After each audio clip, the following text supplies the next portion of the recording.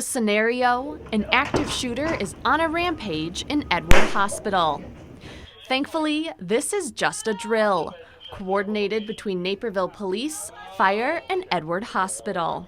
Today is kind of the culmination of a year-long planning to get to the point of testing how would we react, how would Edward Hospital staff react, the police and fire if there was an active shooter at the hospital. In this drill, the shooter was visiting a family member who received a negative diagnosis, spurring him to open fire and seek revenge on the medical staff who delivered the bad news, prompting the hospital staff to take action. Where'd you go? We all instituted the whole run, hide, fight mantra, which of course you run away from the assailant, of course.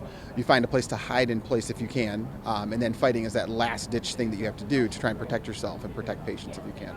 Staff was encouraged to actually call 911, also testing those at the public safety answering point.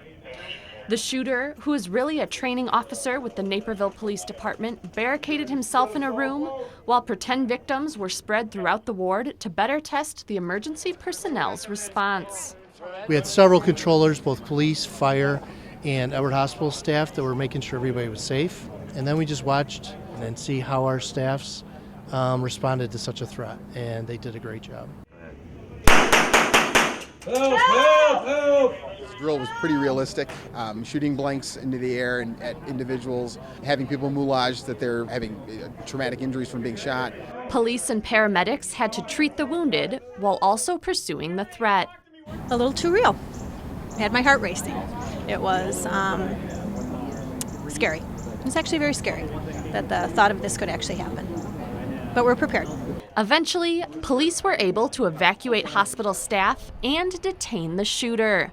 A successful end to the drill. We always want to be prepared, and so this was a great opportunity to partner with police and fire in order to make sure our staff is prepared and that they are prepared as well. The scenario will now be reviewed and used to better plan for future emergencies. Reporting for Naperville News 17, I'm Evan Summers.